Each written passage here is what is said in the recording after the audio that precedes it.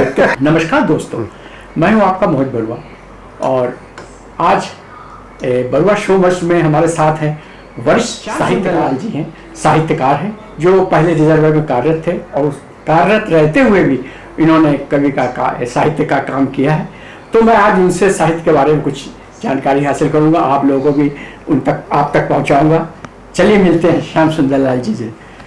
नमस्कार श्याम जी, आप ये बताइए आपने साहित्य कब से शुरू किया ये लिखना? और देखिए, विधिवत लेखन तो हमारा करीब 85 से शुरू हुआ, 1985 से। तो बैंक में थे तब तो? और छिटपुट लेखन बैंक में आने के पहले करते थे, मगर वो कभी प्रकाश में नहीं था। लिखा स्वांता सुखाए, डायरी में बंद है। और वो ये जान के नहीं लिखा कभी हमने कि हम लेखक हैं या कवि हैं इसलिए लिख रहे हैं। जो मन में हमारे कुछ ऐसी चीज़ें बसी हुई थी या जो चोट लगी हुई थी या जो अपेक्षाएं हमारी थीं वो पूरी नहीं हुई किसी कारण से, उनको लेकर के, और उस जीवन में अपमान भी बहुत सहा। तो वस्तुतः उस अपमान ने आपको लेखन की तरफ ढकेला कि इसको अगर हम नहीं कहेंगे तो इसको कहेगा कौन, इसको जानेगा कौन। और वो श्याम सुंदर निगम के बारे में जानना नहीं था, वो किसी भी वंचित और असहाय व्यक्ति के बारे में जानना था। श्याम सुंदर निगम उसमें दौड़ था, वो व्यक्ति महत्वपूर्ण था, वो समाज महत्वपूर्ण था, जो समाज इस तरह से उपेक्षित करता है ऐसे लोगों को जो निराश्रित होते हैं। आप तो बैंक में हमारे साथ रहे हैं। पहले बैंक में भी बहुत सम्मेलन हुआ करते, गोष्ठियां हुआ करती थी, बैंक में सम्मेलन थे। वो समिति जो थी उसके एक बार हम सब पदाधिकारी अध्यक्ष भी हुए थे उसके। बड़ा खराब टाइम था, कोई स्वीकार करने को तैयार नहीं था। एक कविता सूर्य अवस्थी ने पढ़ी थी वहां पर बाबा साहब को लेकर के जी। तो उस कविता में बाबा साहब के बारे में कुछ ऐसा कह दिया था तो कि उस समाज को संस्थान ने बैंक में शिकायत कर दी थी। तो बैंक ने प्रोग्राम करना बंद करा दिए थे कुछ दिन कि जब तक माफी नहीं मांगेंगे आप तब तक कार्य करने। कोई माफी मांगने को तैयार नहीं था। जब हम अध्यक्ष हुए तो हमने उन साथियों को बुलाया, हमने कहा आप अपनी परेशानी बताइए हमको। बोले भाई साहब कुछ नहीं है, आप तो जानते हैं हमारे संगठन का मामला है।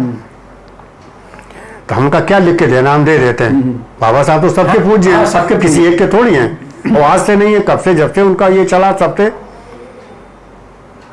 तो हमारे साथ में दयाशंकर चौधरी थे। हाँ। तो उन्होंने कहा भाई साहब ऐसा है, आप कुछ ना लिख के दीजिए, आप चल के बस एक बार कह दीजिए, वहाँ लिख के देने की जरूरत है। आप है आप तो लिख के देने की जरूरत नहीं। हम कहा नहीं, अगर आपको फाइल में लगाना है कि नहीं हमने बैंक में शिकायत की थी और इसका हमको जवाब मिला कि आज बोले भाई साहब कुछ नहीं, हम चलते हैं आपके साथ में। और हम गए, वो सब खत्म हो गया। तो ऐसे लोग भी उसमें थे जो इतने अच्छे थे, और ऐसे लोग भी जो छोटी थोड़ी बातों में चिढ़ जाते थे। सही बात है। तो वो एक समाज का एक हिस्सा था। वो यही सब चीजें बाबा साहब का भी जीवन अगर आप देखें तो उनको भी इन चीजों से लड़ने की ताकत, इन्हीं उपेक्षाओं ने उनको ताकत दी लड़ने के लिए। पढ़ने की ताकत उनको इन्हीं सब में दी कि हम न पढ़े होने की वजह से हमारे समाज की ये उपेक्षा हो रही है। लगातार पढ़ने पे जोड़ते थे, लगातार नौकरी भी करते थे, पढ़ते भी थे, ठेला भी घसीटते थे, पढ़ते थे बाबा साहब। और याददाश्त तो उनके विलक्षण थी, विलक्षण याददाश्त। एक बार जो पढ़ लेते थे, याद हो जाता था। एक बार जो पढ़ लेते थे, यही इंदिरा जी के साथ में था।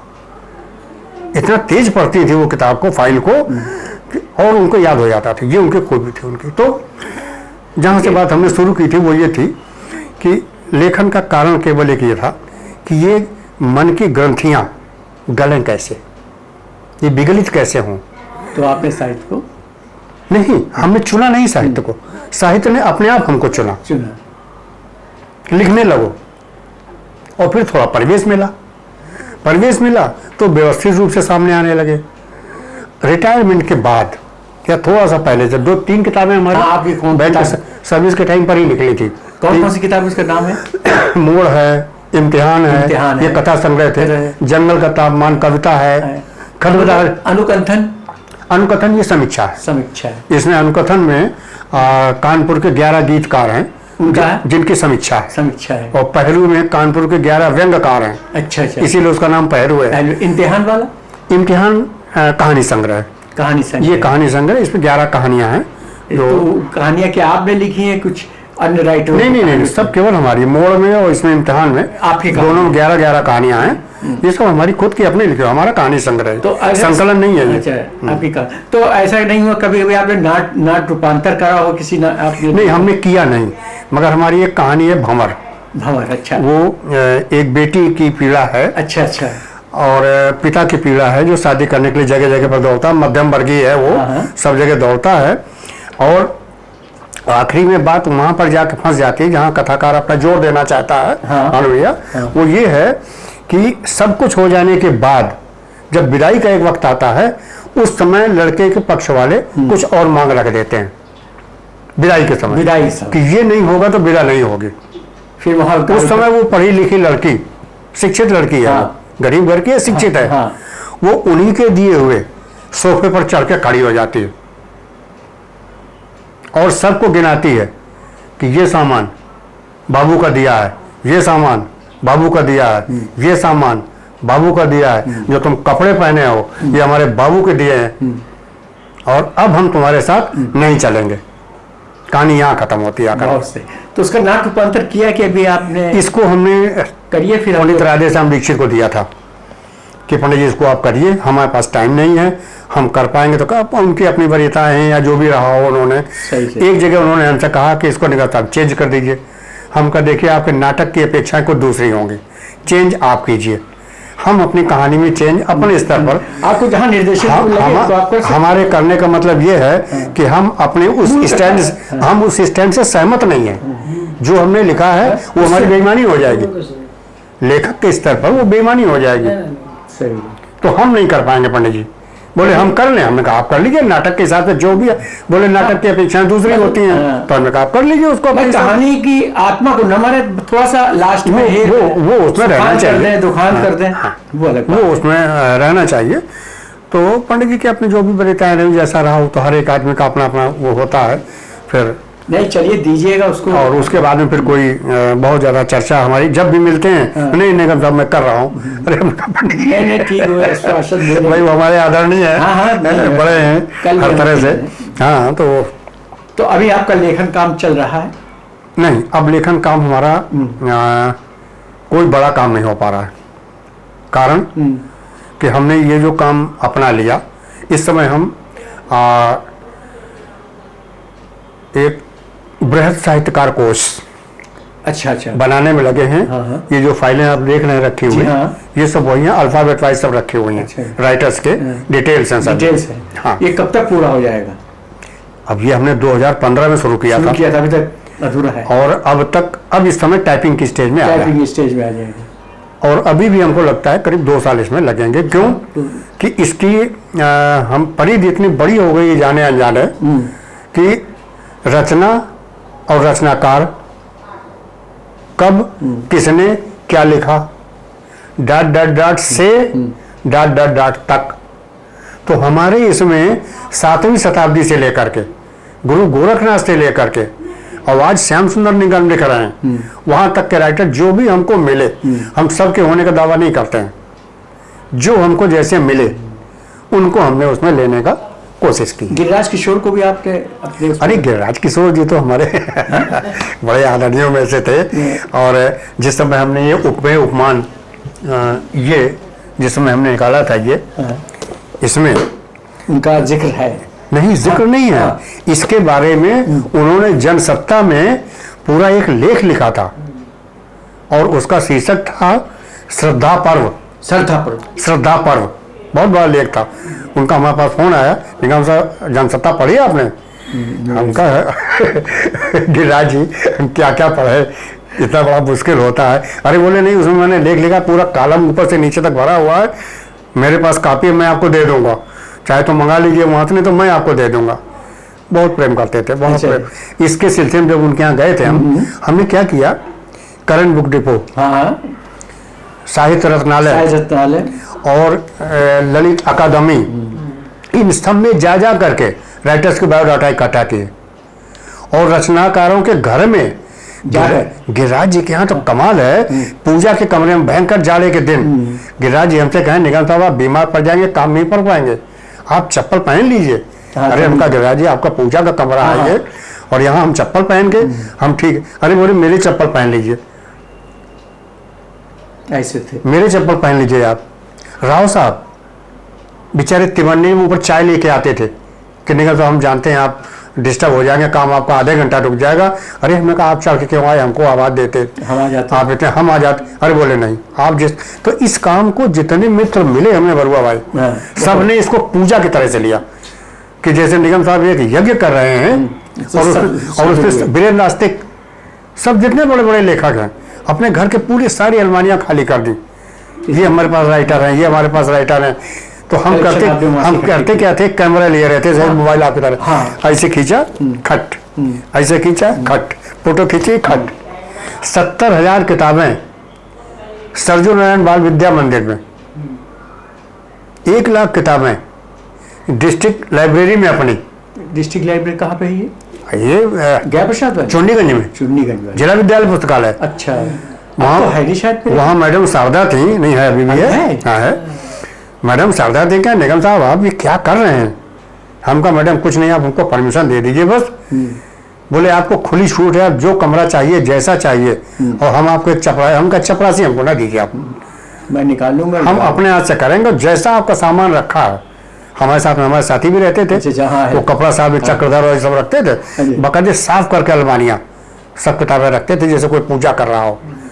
तो गया प्रसाद लाइब्रेरी में भी गया में नहीं जा पाए, गया में नहीं, डिस्ट्रिक्ट लाइब्रेरी में इतना मिल गया ज्यादा, हम गया में जाना और गया भी बहुत संख्या, हाँ और बांदा की लाइब्रेरी, बांदा की डिस्ट्रिक्ट लाइब्रेरी वहाँ भी गया, वो भी बहुत बड़ी है।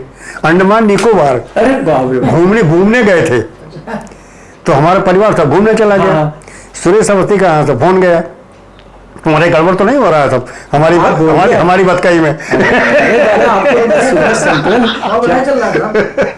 तो उसमें हुआ ये कि सुरेश अवस्थी ने हमको फोन किया, आप जानते होंगे इनको, तो बोले भाई साहब आप वहाँ पर, उनके ऊपर हमने एक समीक्षा लिखी थी बड़ी अच्छी, भीतर घाम बाहर छाँव, एक किताब थी। भीतर गांव, हाँ भीतर घाम, हाँ माने भीतर तपिश, हाँ भीतर गांव, लेखक के भीतर तपिश, और जब बाहर सुरेश अवस्थी की निकलती है हाँ, तो छाँव बन के निकलती है। ये उस आदमी व्यक्तित्व की खूबी है।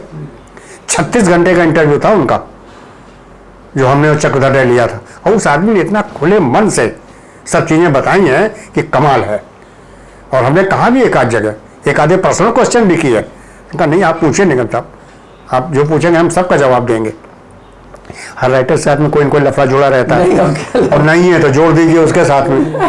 अच्छा राइटर ज्यादातर मैं करके लिखते हैं, तो मैं तो एक कहने का बहाना है, वो तो सोसाइटी को लिख रहा है, टारगेट अपने को बना रहा है। तो जहाँ कहीं मैं करके लिखा उसने, तो लगता है यार इन्हीं का किसी लड़के से कोई लफड़ा है, ये लगता है इन्हीं का कोई है, इन्हीं का कोई लफड़ा है। वो उस व्यापक परिप्रेक्ष्य में जाता ही नहीं है। ये सारे दंश, सारा जहर ये रचनाकार को खुद जज्ब करना पड़ता है। अच्छा हाँ, आपने बात अधूरी कर दी, अंडमान निकोबार की लाइब्रेरी भी गए थे? हाँ तो वहाँ हम गए भी है, तो इनका फोन गया, बोले वहाँ के जगदीश मुखी जी वहाँ राज्यपाल हैं, मैं फोन कर देता हूँ, हमारे मिलने वाले हैं, आप जाके उनके यहाँ चाय पीजिए और अपनी किताब भेंट कीजिए। हम कहा सुरेश जी मैं राज्यपाल या गवर्नर या प्रेसिडेंट से मिलने यहाँ पर नहीं आया हूँ, अगर आपसे हो सके तो अंडमान निकोबार की लाइब्रेरी मेरे लिए खुलवा दीजिए 2-3 दिन के लिए, जब तक मैं यहाँ पर हूँ, मैं वहाँ अपना काम करूँ। उन्होंने फ़ोन किया, वहाँ राजेश चौरसिया यहाँ बलिया का था एक लाइब्रेरियन, उसको फ़ोन किया, उसने कहा नहीं साहब भेज दीजिए, कहाँ है, हम गाड़ी से बुला लेंगे उनको। हम कहा नहीं हम अपनी गाड़ी से आ गए, आप परेशान ना होइए। गए और साहब वहाँ के लोगों ने इतना कोऑपरेट किया, मैडम थी एक वो खाना खाने नहीं गई। अरे बोले भाई साहब आप काम कर रहे हैं, लंच तो हम रोज करते रहते हैं, आप अपना काम खत्म कर लीजिए तभी हम कहीं से निकलेंगे। इतना मतलब इस काम में इतना बिल्कुल पूजा, तो कोऑपरेट शब्द उसके लिए छोटा है, पूजा की तरह लोगों ने लिया इस शब्द को कि ये आदमी 70-75 साल का, ये आदमी सीढ़ी अकेले डंडी लगा कर ऊपर चल रहा है, अकेले वहां से किताबें निकाल रहा है, साफ कर रहा है, फिर रख रहा है फोटो लेकर के। तो अरे भाई साहब आप नहीं, हम निकाले, रुको और वो आला की लाइन हमको याद आ जाती थी। मलखान एक दफे लड़ाई में अकेले पड़ गए थे। अच्छा। और सारे युवराज लड़ाई में लड़ने चले गए थे। लोहा सिंह ने आक्रमण कर दिया। अब मलखान वहां अकेले, तो लोगों ने कहा कि समस्या ये कि सेनापति कौन बनेगा अब। तो सिपाही उनके आए उनके पास में कि हुजूर अब तो ऐसा है। अरे बोले हम हैं, अमोल सिंह लिखते हैं अपने जो अलय थे जो यहाँ के, उन्होंने लिखा उसमें लाइन, घोड़ी कबूतरी ना बुढ़ी भाई ना बल खाए गई तलवार, मैं सेनापति बनूंगा।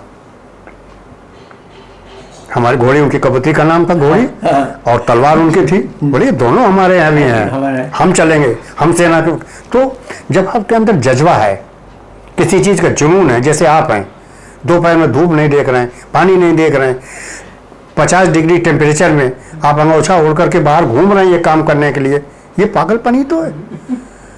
हम सर्जन रेल में बैठे हुए थे, यही काम कर रहे थे। अच्छा। तो अग्निहोत्री जी से चलते समय मिल लेते थे जो वहाँ के मालिक थे। एक दिन उन्होंने क्या किया, हम वहाँ बैठे, बोले दादा चाय पी लीजिए। हम कहा चाय तो हम अपने साथ चाय लेके जाते थे, पानी लेके जाते थे, अंगोछा लेके जाते थे, इमरजेंसी लाइट अपने साथ में लेके जाते थे कि जहाँ कहीं बत्ती ना हो तो हम उससे काम चला लें। बोले अच्छा दे। उनके 3-4 VIP लोग मिलने आ गए। बोले आइए आपको एक पागल से मिला है। जाड़े के दिन थे, वो जैकेट वैकेट सब पहने बैठे थे। बोले मिलिए इनसे। बात आई गई, खत्म हो गई। दूसरे दिन जब गए तो दादा हमसे कल गलती हो गई। अरे उनका गलती हो गई क्या? आपने तो मुझको मंत्र दिया है, ये मंत्र है, बगैर पागल हुए, बगैर जुनून के कोई काम हो नहीं सकता है। ये तो आपने मंत्र दिया, इसको हम संपादकीय में लिखेंगे अपने कि आपने हमको प्रेरणा दी आगे बढ़ते रहने की, वरना हो सकता है वहीं ठप हो जाते। जी सही बात है। तो अब साहित्य में आपका तो चूंकि स्टेज से जुड़ा हुआ सब काम है, नहीं तो फिर इसके बाद एक चीज मैं और भी, रिक्वेस्ट हमारी यही है कि अगर आपकी हमारी कोई कविता या कहानी कोई ऐसी लगे तो देखिएगा आप कभी, चूंकि आप अच्छे एक अभिनेता हैं और मैंने आपको देखा है, खुद बहुत नज़दीक से देखा है आपको काम करते हुए। एक आध सीरियल में आपकी बहन को भी काम, रानी उसका नाम था शायद, रानी बरुआ। हाँ रानी बरुआ, उसको भी देखा, और भानु भैया को भी देखा काम करते हुए। हाँ, तो वर्मा जी हमारे गुरु जिनके यहाँ आप गए थे। अच्छा ये बताइए आपने काव्य भी कुछ किया है? हाँ, कविता हमारी, हमारा कविता कहानी लिखने का कुछ ध्येय नहीं रहता है। हमारे सामने थीम रहता है, भाषा और विधा हमारे पात्र ग्रहण करते हैं कि वो अपनी बात कविता में कह पाएंगे या अपनी बात कहानी में कह पाएंगे। कहानी की अपेक्षा ये है कि कहानी में आपको रहना पड़ेगा, और कविता इतनी सहृदय होती है, इतनी कृपालु होती है कि वो स्वयं आपके पास चल करके आती है। ये कविता का गुण है। और कहानी में आपको रहना पड़ता है। कहानी में जब तक आप वहां रहेंगे नहीं उसके अंदर, तब तक आप जबरदस्ती किसी पात्र से करेंगे तो वो आपसे बिगड़ जाएगा। अगर हम नाटककार के बारे में लिख रहे हैं, बरुआ के बारे में लिख रहे हैं, भानु के बारे में लिख रहे हैं, तो हमको फिर इनकी भाषा बोलनी पड़ेगी, इनके मन से बोलना पड़ेगा। लेखक अगर अपने मन से बोलेगा, अपनी जैसी चलाएगा, तो वो जेन्युइन नहीं होगी, वो खड़ी नहीं हो पाएगी, और बैसाखी लगाई हुई कोई भी रचना चल नहीं सकती, आगे चल नहीं सकती। जिस दिन बैसाखी किसी ने, और बैसाखी खींचने वाले चाहे साहित्य के क्षेत्र में हो, चाहे कला के क्षेत्र में हो, है किसी भी क्षेत्र में ऐसा नहीं कि बैसाखी नीचे से खींचने वाले लोग बहुत ना हो। ना, सही है कहना, बिल्कुल सही बात कही आप। जिस दिन बैसाखी खींची, वो कविता आपके धड़ाम से नीचे गिरी। और अगर कविता की अपनी ताकत है, पात्रों की अपनी ताकत है, उनकी अपने भीतर की ऊष्मा है, और लेखक ने अपना आत्मीय ताप उस पात्र को दिया है, प्रेम किया है। प्रेमचंद ने अपने छोटे से छोटे पात्र को अपना बना के रखा है, बिल्कुल अपने उसके ढंग से चले, उसी ढंग से चले। सवा से गेहूं है, कफन है, चाहे वो गोबर हो, चाहे धनिया हो, चाहे कोई हो, उसको बिल्कुल उसके ढंग से बोले हैं वो, तभी वो कालजयी है। तो विधा बात यहाँ से शुरू हुई थी। फ्री वर्स जब हमारे डायलॉग 1 to 1 चलते हैं, तब कविता हमारी फ्री वर्स में आ जाती है। जैसे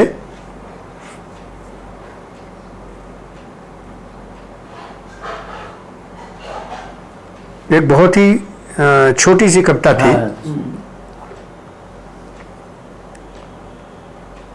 बसंत, मन करता है तुमसे मिलूं, तुमसे देखूं, तुमसे पूछूं, तुम कब और कैसे आते हो समय बता दो। डायलॉग है ये, उस लड़की का डायलॉग है जो डाइस पर बैठी है, पीएचडी है, डॉक्टर छवि उसका नाम है, और उसको किसी ने बसंत गोष्ठी में कह दिया कि अब डॉक्टर छवि आपके सामने वसंत पर अपने विचार रखेंगी। हम सामने बैठे थे, देखा उस लड़की का चेहरा बिल्कुल ऐसे नीचे जैसे ढुलक करके बह गया वो पूरा। क्यों? वो ऐसे घर से थी, उस समय पीएचडी करके कॉलेज में प्रोफेसर हो गई थी। अच्छा। मगर बसंत उसने कभी देखा ही नहीं कि बसंत होती क्या चीज है। तो अगर बसंत ऐसा कुछ होता है तो उसने कहा तुम आए थे क्या बताओ, और आए थे तो बताओ अपने हथेली में मेहंदी से हमने किसका नाम लिखा था। तो ये डायलॉग कविता पकड़ लेती है। और जब कहानी होती है तो फिर पात्रों से बड़ी कटाजुज होती है। अगर आपने पात्र ऐसा कोई चुन लिया है जो आपके जीवन से मेल नहीं खाता मगर आपको परेशान कर रहा है, हंट कर रहा है, तो वो तब तक हंट करता रहेगा जब तक आप उसको लिख नहीं डालेंगे।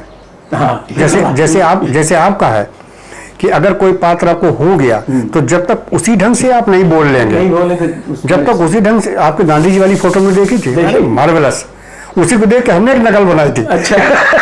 अपनी फोटो का जब बर्मा भाई बना सकते हैं तो यहीं से पूजा करने जा रहे थे, हमारा था, उसने फोटो खींच ली, डाली थी उसमें।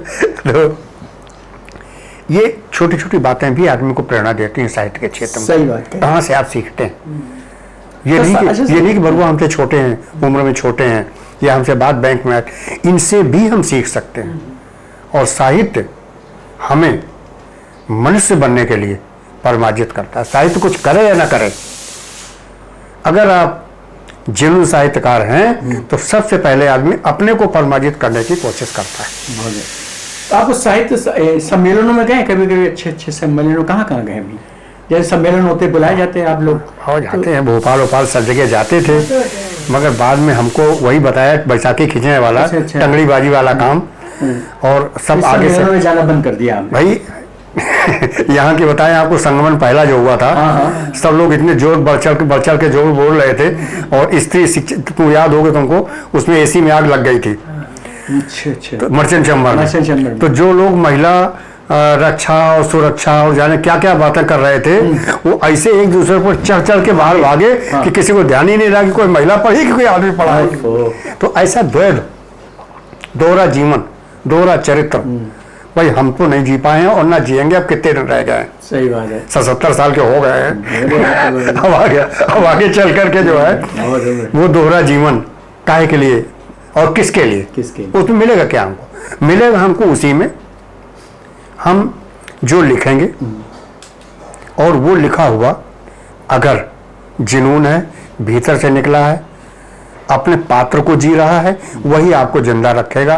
कोई गोष्ठी, कोई सम्मेलन, किसी का नाम नहीं लेना चाहते हैं, बड़े बड़े ऑर्गेनाइजर हो चुके हैं, कहाँ जिंदा है वो? केवल इसी के लिए याद किए जाते हैं कि भाई ये बहुत अच्छा प्रोग्राम करते थे। एक लाइन किसी को याद है? अभी एक बहुत छोटी सी कविता पढ़ी हमने, और उस कविता की देखिए कितना व्यापक फलक है, और कोई कितना लंबा लिख जाए। आरपी शुक्ला की कविता है, आईएएस है लखनऊ में, बहुत छोटी सी कविता है, मतलब इसमें आप उपन्यास लिख सकते हैं। आईएएस है वहां पर, वो हमने उनको बाद में फोन किया। जीवन भर की साख, बरुआ जी, जीवन भर की साख, ये कथानक है कविता का, और जहां कविता खत्म होती है तसला भर राख। वाह क्या बात है। चलिए थोड़ा सा करके होती है कि जब तक हमने कविता न सुना ले वो।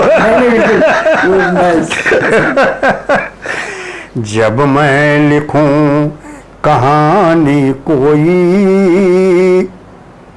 मेरे ये संवाद तुम ही बोलोगे। कभी गीत होने का मन हो, मुझ में मिश्री तुम घोलोगे। मेरी आत्म कथा के नायक तुम मेरी अनगढ़ कविता हो। सामने का पात्र जो भी है वही तो सब बोलता है। जी जी। मेरी आत्म कथा के नायक तुम मेरी अनगढ़ कविता हो। पीटूं ढोल महान बनने का। तो पात्र इतने नजदीक हो जाते हैं, इतने नजदीक हो जाते हैं, तुम मेरी पोल तुम ही खोलोगे। हो नहीं सकता बगैर उसके। सही है। और मुझसे मेरा पता न पूछो, मुझसे मेरा पता न पूछो, जख्म जहां हो आ जाना। मुझसे मेरा पता न पूछो, जख्म जहां हो आ जाना। इतना ध्यान बनाए रखना, मरहम संग में मत लाना। इतना ध्यान बनाए संग में रखना, मत लाना। मरहम संग में मत लाना। अक्षर अक्षर तुम ही ग्रंथ हो मेरी कविता के। मेरी कविता मर जाएगी यदि तुम भूल गए आना। मेरी कविता मर जाएगी यदि तुम भूल गए आना। चलिए, बहुत बहुत आपने समय दिया। और एक छोटी सी गुस्ताखी करूंगा मैं, ताकि आपको। नहीं, गुस्ताखी का हमारे तो गौरव की बात है यार। ये तो एक भी एक लगा दें तो सामने आओ, तीनों के एक साथ हो जाएगा। बाप में हो जाएगा। हाँ आओ, जी आ जाओ। बैठे रहिए सर। एक मिनट, हम देर कर रहे हैं ना, एक मिनट ही कर रहे हैं, इसका तो आ जाते हैं।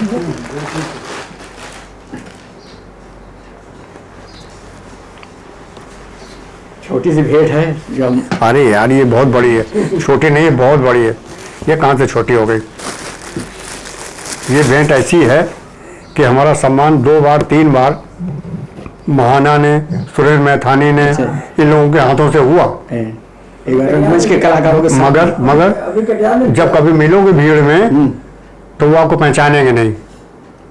जी। और ये सम्मान ऐसा है कि बरुआ आज पहचान रहे हैं, भानु आज पहचान रहे हैं, बाद में भी पहचान